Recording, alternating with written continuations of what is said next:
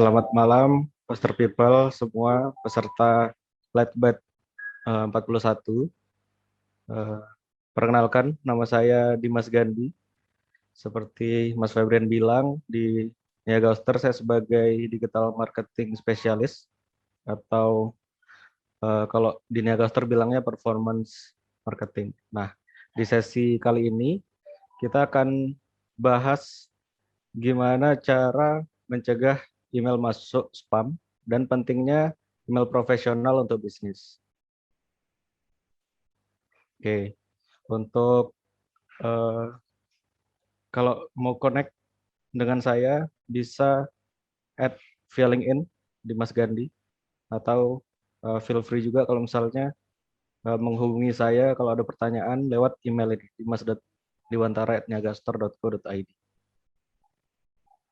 Nah, sebelum masuk ke materi selanjutnya, ini salah satu pernyataan yang sering saya dengar dari teman-teman saya pemilik bisnis ketika saya sarankan untuk mulai pakai email marketing.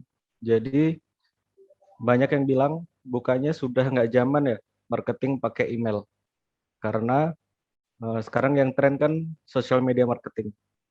Dan jujur aja selama saya ngobrol dengan pemilik bisnis, khususnya UMKM, email marketing ini belum seseksi social media marketing. Jadi masih banyak orang fokusnya hanya di social media marketing. Nah, di sesi ini sebelum kita lanjut, ini ada beberapa fakta tentang email marketing yang saya yakin akan membuat Bapak dan Ibu mulai melirik nih email marketing untuk bisnis. Yang pertama, email ini masih jadi channel dengan pengguna tertinggi dan semakin tahun semakin bertambah. Sebenarnya ini data tahun 2011, tapi ini masih terus bertambah jumlah penggunanya. Email ini pemilik email masih yang terbanyak ya, karena alasannya karena semua orang yang aktif di online ya pasti harus punya email. Nggak cuman penggunanya banyak, tapi saluran komunikasinya juga aktif. Di tahun 2020 saja itu diprediksi ada 306 miliar jumlah email yang dikirim dan diterima tiap harinya. Terus email juga merupakan saluran komunikasi yang penting untuk bisnis karena semakin banyak orang menggunakan email bisnis dibandingkan email personal.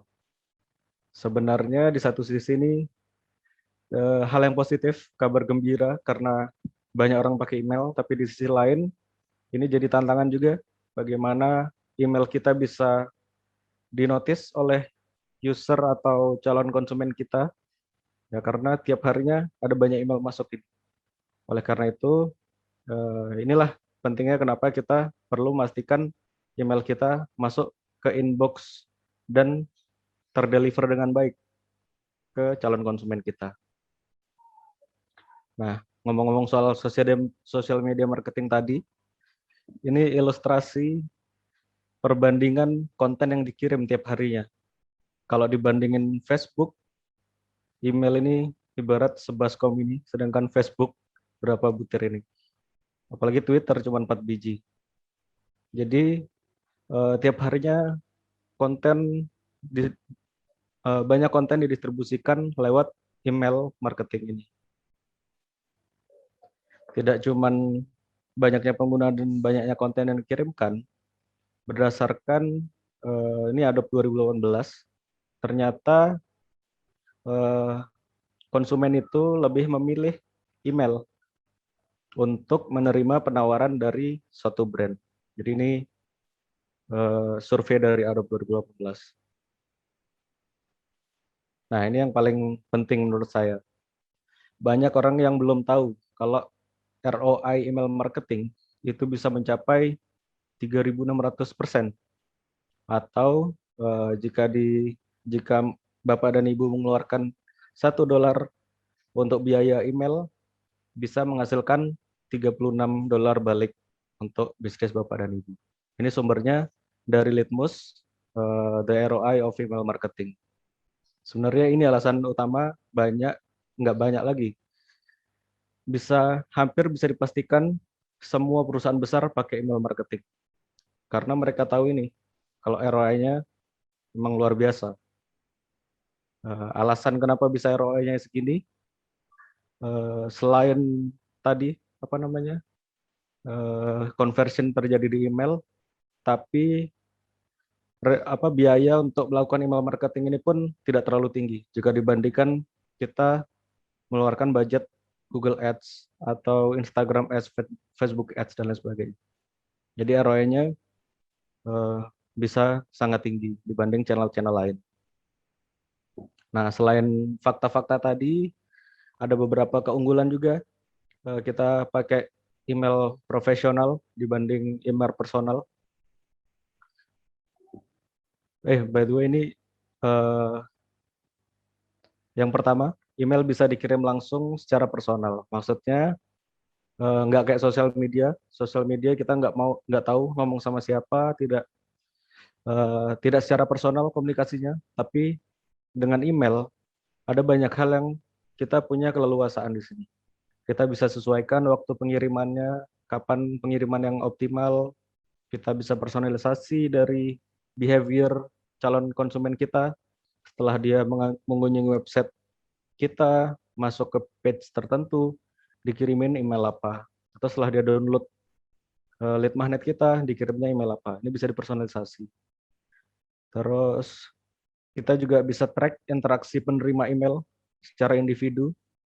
Jadi kita bisa track kapan calon konsumen ini buka emailnya, terus link mana yang diklik, dan lain sebagainya. Email juga bisa diotomatisasi, jadi nggak harus kita buat email tiap hari, tapi cukup buat satu flow, satu sequence yang bisa dikirim otomatis kalau ada trigger-trigger yang terpancing dari calon konsumen kita itu. Dari segi deliverability email juga termasuk tinggi. Rata-rata open rate email berbagai industri ini 17%. Tentunya beda industri beda angkanya. Ini secara rata-rata aja. Tapi kalau dibandingkan media sosial seperti Instagram, rate-nya hanya sekitar 2%. Itu pun kalau udah pakai ads. Jadi dibandingkan channel lain, dari segi deliverability-nya juga cukup tinggi. Nah, pertanyaan selanjutnya, mana baiknya pakai email personal atau email profesional? Tadi sudah ada polling juga. Saya rasa banyak juga setuju kalau email profesional ini penting, apalagi untuk bisnis atau karir Bapak dan Ibu sekalian. Secara sederhananya, email profesional ini email yang terhubung dengan nama domain perusahaan. Jadi bukan dengan menggunakan alamat email gratis seperti gmail.com, yahoo.com, dan lain sebagainya. Keunggulannya menggunakan email profesional ini pastinya bisa mendukung keperluan bisnis. Untuk keperluan marketing bisa dibuat satu email tersendiri, bisa diatur folder dan lain sebagainya untuk manage emailnya. Terus dari segi privasi juga lebih terjamin dan bebas iklan karena kita yang ngatur sendiri email bisnis kita. Terus kalau misalnya email ini digunakan oleh banyak tim, perusahaan juga bisa manage atau pantau aktivitas email tersebut. Selanjutnya lebih mudah dikelola, dari segi kepercayaan pelanggan juga lebih tinggi berdasarkan survei yang tadi seperti Mas Febrian katakan. Dengan email profesional juga resiko ditandai email spam bisa berkurang. Ini nanti akan dibahas lebih lanjut. Nah, bagi Bapak Ibu yang tertarik untuk mulai buat email profesional dan gimana cara menggunakannya secara lengkap, ini ada course gratis dari Niaga Hoster, bisa diikuti kapan aja. Nanti klik link sini atau nanti di-share linknya. Nah, untuk produk Niagaster sendiri, rekomendasi saya untuk mulai email marketing ini, ada satu produk namanya email hosting Niagaster. Jadi sebenarnya untuk buat email profesional itu ada beberapa alternatif. Nah, kenapa saya sarankan pakai email hosting Niagaster ini? Ini beberapa alasan terkuat menurut saya. Bisa bikin unlimited email account. Ini cuman di Niagaster. Jadi Bapak Ibu bisa bikin marketing at misalnya tokoelektronik.com, terus partnership at tokoelektronik.com, nama perusahaan Bapak Ibu. Jadi unlimited bikin accountnya. Terus eh, bisa dikelola juga dengan domain sendiri. Limit pengirimannya juga jauh lebih tinggi dibanding paketnya Ghoster yang lain, dibanding Bapak Ibu menjalankannya di unlimited hosting atau cloud hosting. Ini email hosting punya limit yang jauh lebih tinggi. Terus ada juga berbagai fitur untuk mendukung email marketing seperti spam expert. Ini juga nanti kita bahas kenapa ini penting. Aman dari iklan, spam virus, dan malware. Oke, kita masuk ke pembahasan penyebab utama email masuk spam. Jadi sebenarnya menurut saya kalau dikelompokkan penyebabnya ini ada 3, walaupun sebenarnya banyak banget ya faktornya. Tapi eh, kita kelompokkan jadi 3 penyebab utama ini. Penyebab yang pertama, ini bisa jadi email Bapak Ibu masuk spam karena dilaporkan sebagai spam oleh penerima atau ditandai sebagai spam. Mungkin Bapak Ibu juga pernah ngelakuin ini, ada email masuk, terus rasanya mengganggu, klik 3 titik itu, mark as spam, email selanjutnya akan masuk ke spam dari alamat email tersebut. Nah, jadi beberapa alasan, ini beberapa kemungkinan kenapa pengguna melaporkan email Bapak Ibu sebagai spam. Yang pertama, bisa jadi karena tidak merasa subscribe, tapi kok tiba-tiba dikirimin email. Uh, oleh karena itu ini pentingnya kita buat sistem opt-in atau subscribe yang tidak menjebak. Jadi subscriber kita benar-benar konsen, benar-benar tahu kalau dia subscribe, sudah expect akan dapat email dari perusahaan kita. Terus bisa jadi emailnya tidak relevan, padahal pengennya dapat info tutorial cara buat website, tapi kok dikirimin info yang lain-lain gitu, nggak relevan, akhirnya bisa jadiin spam atau unsubscribe. Bisa juga spammy email, terlalu sering ngirim email atau terlalu banyak promo sehingga mengganggu. Terus selanjutnya bisa jadi juga alamat email yang digunakan ini mencurigakan. Nah, ini kenapa juga pentingnya pakai email profesional tadi. Karena selain membangun kepercayaan ke calon pelanggan kita, ini juga lebih friendly terhadap platform-platform seperti Gmail dan lain sebagainya.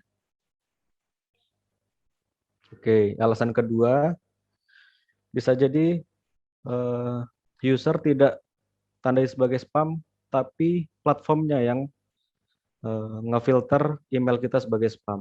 Ini faktornya ada banyak juga. Bisa jadi karena kode HTML atau CSS stylenya yang ngebreak, tidak terbaca oleh Gmail. Oleh karena itu ini pentingnya setiap kirim email kita tes dulu kita kirim ke diri kita sendiri untuk melihat apakah HTML emailnya bekerja dengan baik.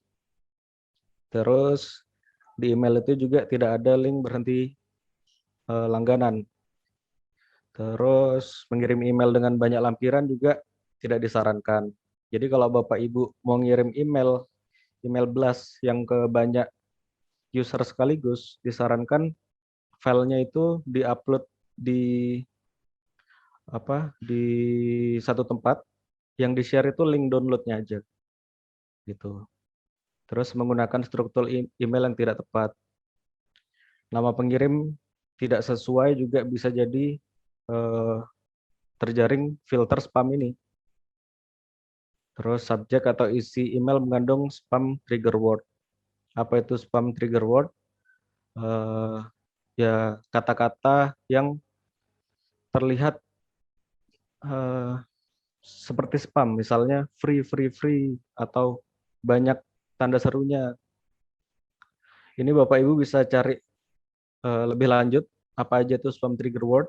Mudahnya Bapak Ibu bisa cek nanti di subject line, itu ada tools namanya 25 subject line.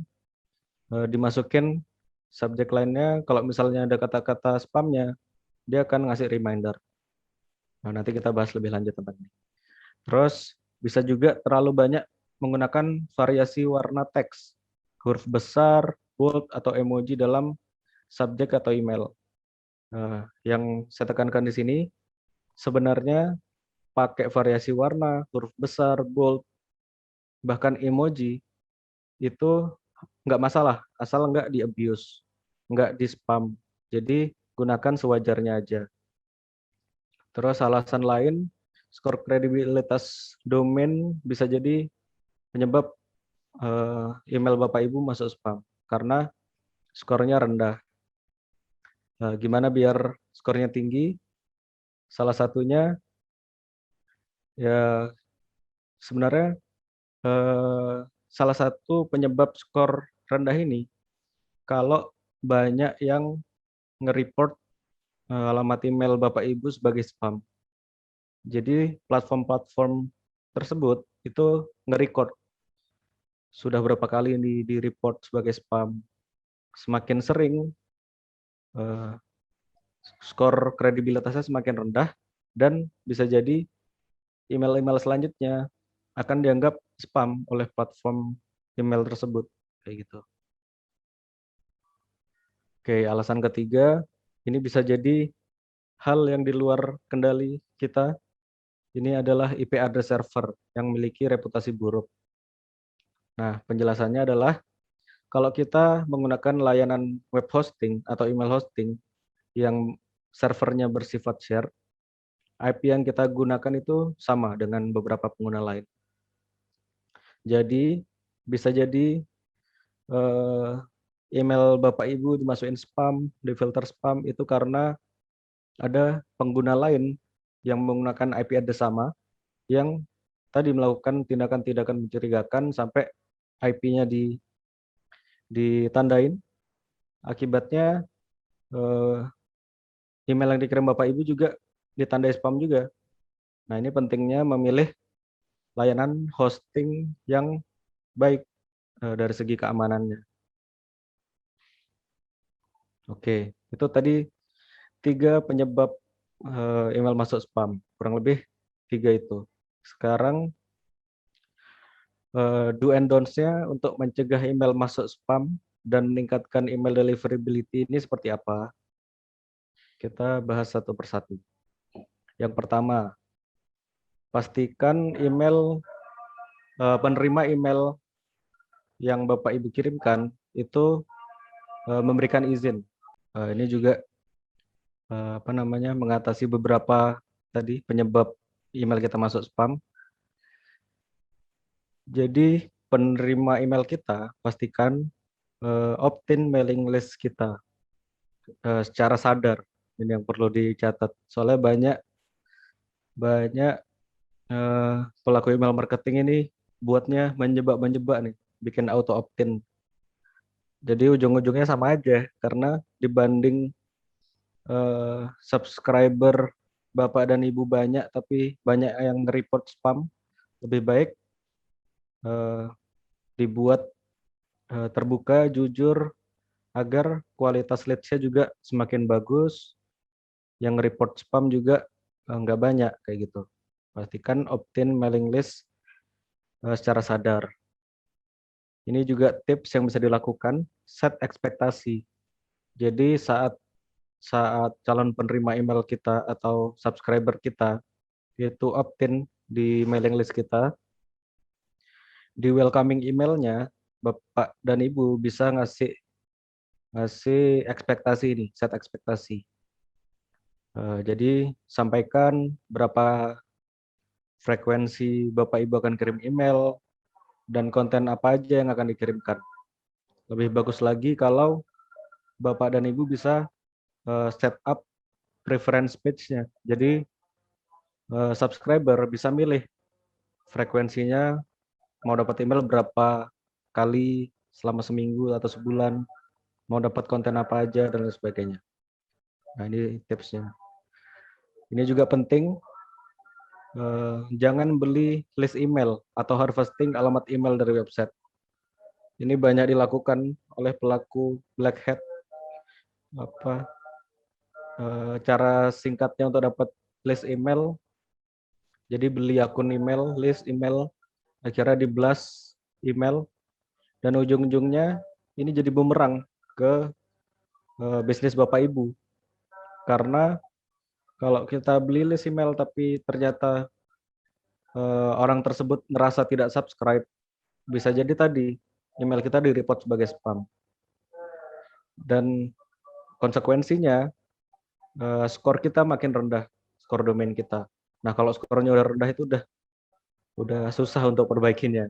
Jadi daripada terlanjur susah diperbaiki, jangan beli list email. Atau ada juga kalau ngeliat di forum-forum Black Hat, cara harvest alamat email dari website. Jadi dari website describe, misalnya ini ada signature, ada alamat email, wah dapat alamat email dikirimin. Padahal orang ini tidak pernah subscribe. Itu juga saya sarankan jangan dilakukan, bad practice-nya. Terus gimana untuk ningkatin email list kita? Nah, ini Bapak dan Ibu bisa pelajari lebih lanjut lead generation. Jadi untuk orang mau subscribe email kita harus ngasih satu value timbal balik. Contohnya di Niagaoster kita sediakan ebook gratis. Jadi kalau ada orang mau download ebook, orang tersebut masukin alamat, nama dan alamat emailnya. Di situ ada pertukaran value. Jadi kita dapat value list emailnya, terus orang tersebut dapat value ebook gratis yang kita buat. Atau kita selain ebook ada banyak opsinya, bisa ngasih promo. Jadi subscribe mailing list saya kasih promo atau tutorial dan lain sebagainya. Kalau untuk B2B yang populer, lead magnetnya atau pancingan untuk orang mau subscribe itu biasanya download table item kayak template, cheat sheet dan lain sebagainya. Jadi dibanding beli, mending kita secara organik walaupun butuh proses lebih lama, tapi hasilnya jauh lebih bagus. Oke, kita lanjut lagi. Yang kedua, patuhi aturan hukum yang berlaku. Sebenarnya saya kurang tahu kalau di Indonesia sendiri apakah ada hukum khusus untuk spam ini. Tapi kalau di negara-negara kayak US, Kanada, Europe, itu ada hukum-hukumnya tersendiri. Sebenarnya nggak ada salahnya kita ngikutin ini, karena ini ngebantu kita juga untuk tetap ethical dalam email marketing. Khususnya Bapak Ibu kalau misalnya ternyata prospeknya berada di luar juga, misalnya ngirimin email ke orang yang ada di Amerika atau di Kanada, di Europe, ini harus mematuhi hukum yang berlaku. Kalau di US namanya Can Spam Act, itu kalau dari hukumnya itu sebenarnya beberapa hal yang harus kita lakukan kalau misalnya kita menjalankan email marketing ini. Jadi dari Can Spam Act ini kita diwajibkan untuk memberi nama dan alamat email pengirim email itu harus sesuai. Kalau misalnya pengirimnya niagaster.co.id, kita nggak boleh ngirim konten tentang misalnya brand lain, tapi pakai alamat email Niagaster. Jadi harus sesuai yang kirim email sama isi emailnya. Terus harus memberi opsi opt-out. Makanya ini tadi disarankan harus ada unsubscribe link Jadi ketika user mau opt out atau unsubscribe itu klik link tersebut. Terus terdapat informasi alamat fisik. Ini khususnya untuk can spam egg ya. Makanya kalau Bapak Ibu perhatikan di email-email perusahaan itu pasti ada footernya. Terus khususnya email-email yang dari Amerika pasti ada alamat fisiknya. Karena ini ada hukumnya di sana. Terus pesan dan subjek itu harus jelas dan sesuai. Maksudnya jelas dan sesuai ini, kalau subjeknya tentang artikel, isi emailnya juga harus tentang artikel. Nggak boleh menjebak. Subjeknya tentang tutorial, ternyata dalamnya cuman promo, nah ini bisa dituntut berdasarkan hukum ini. Terus yang pasti juga tidak mengandung penipuan. Oke, yang ketiga, ini masalah deliverability. Untuk email HTML sendiri khususnya, itu saya sarankan jangan pakai image only email. Maksudnya image only email ini, kalau Bapak Ibu lihat di email kanan, ini kelihatan bagus ya, rapi dan segala macam. Tapi ini ternyata ini semua adalah desain grafis. Jadi bukan teks yang bisa dikopas gitu. Kenapa ini nggak disarankan? Karena beberapa platform itu secara default nonaktifin loading image-nya. Contohnya Outlook. Jadi oke kalau di Gmail ini kebuka kelihatan gambarnya, tapi kalau ternyata subscriber Bapak Ibu pakainya Outlook, jadi kayak gini kelihatannya. Nggak ada apa-apa yang bisa dilihat. Jadi saran saya, eh, pastikan ada teks isi emailnya apa, headline-nya, dan lain sebagainya. Jadi kalaupun pengguna ini menonaktifkan loading image-nya, itu tetap tersampaikan message-nya. Kalaupun memakai image, baiknya image yang transparan, yang apa namanya, eh, apa istilahnya, mobile friendly, jadi responsif seperti itu. Oke. Nah ini selanjutnya jangan abaikan mobile karena faktanya banyak subscriber kita itu buka emailnya lewat mobile. Ini ada data tentang email business to customer yang pakai mobile dibanding pakai desktop, business to business, desktop dan mobile. Oke, kalau business to business banyak yang pakai desktop. Tapi kalau Bapak Ibu jualnya ke customer itu kemungkinan besar buka emailnya lewat mobile sekitar 60% nih kalau dari data ini. Nah, dengan kita buat email kita responsif, jadi mau dibuka lewat desktop atau mobile itu tetap kebaca, tetap rapi. Contohnya email ini kalau di desktop tampilannya seperti ini, tapi kalau di mobile tampilannya seperti ini. Terus pertanyaannya, gimana cara buat email ini responsif? Kalau Bapak Ibu bisa coding, bisa dibuat code HTML-nya yang responsif dari media queries dan lain sebagainya. Tapi kalau misalnya nggak ngerti cara coding gimana, ada banyak tools untuk membuat email HTML ini mobile friendly. Salah satunya apa saya? Mungkin salah satunya bisa pakai Mailchimp, ada email builder-nya juga. Jadi bisa dilihat kalau tampilan desktop seperti apa, tampilan mobile seperti apa. Nanti kodenya di copy paste saja ke platform yang Bapak Ibu gunakan. Oke, yang kelima, ini yang banyak nih, wordy. Jangan kirim email sebelum melakukan present checklist. Ini yang saya sarankan ke semua pelaku email marketing. Jadi sebelum ngirim email, pastikan Bapak Ibu punya satu checklist, present checklist tersendiri. Ini bisa menyesuaikan dengan bisnis Bapak Ibu, tapi ini yang biasa saya gunakan. Jadi sebelum mengirim email, yang pertama adalah pastikan email dikirim ke segmen yang benar. Jadi bisa jadi kita buat segmentasi-segmentasi khusus ke subscriber kita. Misalnya ada segmen khusus bisnis UMKM, segmen khusus eh, developer dan lain sebagainya. Nah, kalau saat kita mau ngirim, kita pastikan kita mau ngirim ke email yang benar-benar sesuai sama email yang akan kita kirim.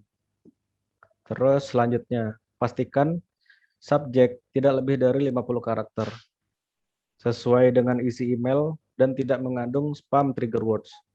Kenapa 50 karakter? Karena kalau kepanjangan, selain resiko spam, itu juga resiko nggak kebaca juga, kepotong. Apalagi kalau user itu buka lewat HP. Terus ini tadi jangan jangan menjebak subjeknya, pastikan sama dengan isi, terus tidak mengandung spam trigger words. Ini tadi tools yang saya sebutkan sebelumnya, 25 headlines namanya. Jadi ini kita coba buka ya. Nggak kelihatan ya. Bapak Ibu bisa coba buka ini 25 headlines. Cara kerjanya gimana? Nanti di 25 headlines ini akan muncul baris-baris. Bapak Ibu ketikkan aja subjeknya. Kalau misalnya ada kata-kata spam, dia langsung kasih notice. Jadi perlu diubah. Selain untuk ngecek ini apakah mengandung spam atau enggak, saya selalu pakai ini juga untuk brainstorming ide subjek. Jadi untuk bikin subjek line, disarankan kita nulis 25 opsi kalau bisa. Kalau bisa sih.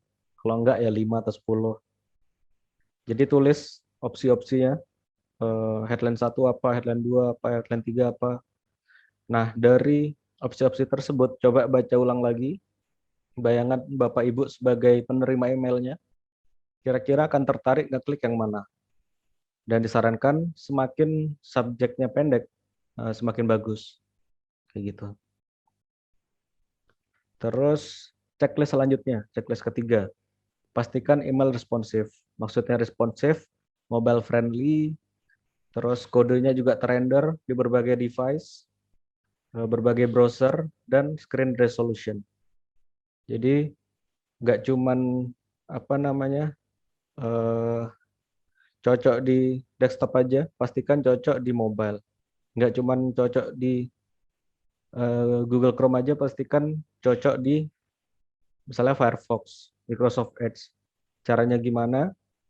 Ya caranya dikirim email tesnya dan dicobain satu-satu melihat. Itu cara manual. Atau kalau mau nggak ribet, bisa pakai tools-tools yang ada. Contohnya Litmus tadi, berbayar tapi. Ini untuk memastikan email yang kita kirim ini responsif. Terus pastikan ada unsubscribe link. Terus pastikan semua link bekerja dengan baik dan bukan mengarah ke domain blacklist domain. Ini juga penting. Jadi biasanya sebelum kirim email, saya kirim emailnya ke diri saya sendiri. Ada satu email test yang saya buat. Saya cek di desktop, saya cek di mobile, saya klik semua linknya. Terus pastikan semua bekerja. Pastikan juga kita ngarahin user kita ke website yang terpercaya, kayak gitu. Karena ini juga ngaruh ke spam filter tadi. Terus checklist selanjutnya, pastikan semua informasi sudah sesuai dari alamat email pengirim, nama pengirim, dan lain sebagainya. Dan pastikan juga nggak ada typo. Ini selain untuk deliverability, dari messagingnya juga pastikan sudah baik. Terus setelah semua sudah di checklist, yang terakhir sudah dites di spam testing tool seperti mail tester. Jadi Bapak Ibu bisa Google aja mail strip tester. Cara kerjanya, mail tester akan ngasih alamat email unik. Jadi alamat email tersebut Bapak Ibu coba tes email yang mau dikirim pakai dikirim ke alamat email yang dikasih mail tester nih. Jadi dari mail tester akan ngecek apakah dia masuk spam, masuk inbox atau masuk mana, dan akan ngasih hasil analisanya. Misalnya terlalu banyak link, atau ada kata-kata spamnya, terus dia akan ngasih skor seberapa tinggi deliverability-nya. Jadi ini sebelum ngirim pastikan dites dulu. Kalau bisa eh, jangan dikirim sebelum nilainya bagus, kayak gitu. Oke, ini yang terakhir, bisa menggunakan tools pencegah spam seperti Spam Expert. Ini yang tadi disampaikan di awal. Kenapa Spam Expert ini penting? Ini tools yang bisa membantu Bapak dan Ibu untuk selain menghindari email yang Bapak Ibu kirim masuk spam, bisa menghindari inbox Bapak Ibu juga dari spam. Jadi ada dua fitur utamanya. Pertama, Spam Expert Incoming. Itu akan melindungi inbox email bisnis kita dari spam yang bisa mengganggu stabilitas server. Terus yang kedua, Spam Export Outgoing ini untuk membantu pengiriman email kita agar tidak dianggap spam. Panduan pengaturan dan penggunaan selengkapnya ada di blog Niaga Hoster ini, tips mengatasi email spam menggunakan Spam Expert. Cara kerjanya Spam Expert, jadi saat Bapak Ibu kirim email, ini ilustrasinya seperti ini. Bapak Ibu kirim email, email keluar dari email server, tapi nggak langsung dikirim ke user, dikirimnya ke Spam Expert dulu. Akan dinilai apakah ini email layak untuk dikirim ke user atau enggak.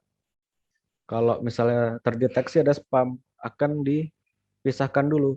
Nanti Bapak Ibu bisa review kira-kira apa yang membuat email ini jadi spam dan bisa diperbaiki.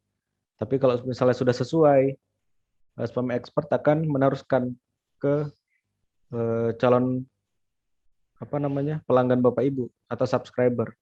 Jadi dengan menggunakan fitur ini, kita memastikan email yang kita kirimkan itu sudah eh, aman dari spam.